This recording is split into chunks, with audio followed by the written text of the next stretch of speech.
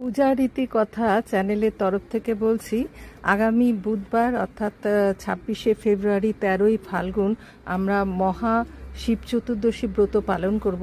ওই দিন আমরা শিবলিঙ্গে যে জল অর্পণ করি, সেখানে যে চন্দন তিলক পরাই সেটাকে বলে ত্রিপুণ্ড, অর্থাৎ 3 আঙ্গুল দিয়ে বাম দিক থেকে ডান দিকে আমরা 3টি রেখা এঁকে দিই।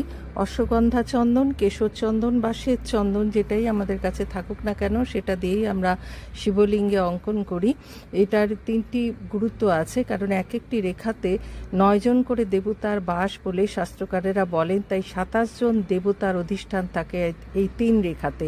তাই কোনো পণ্ডিতজির আশীর্বাদে যদি আমাদের কপালে এই ত্রিপুণ্ড আমরা ধারণ করি, তাহলে 27 জন দেবতার একসঙ্গে আশীর্বাদ আমরা পাব, এটাই আমাদের বিশ্বাস। তাই মহাকালের কাছ থেকে এই রেখা ধারণ করে আমরা ওই দিন কপালে যদি ধারণ করি এবং শিবলিঙ্গে তা অর্পণ করি, লেপন করতে পারি, তাহলে আমাদের ব্রতের সম্পূর্ণ পূর্ণ লাভ হবে বলে আমাদের বিশ্বাস।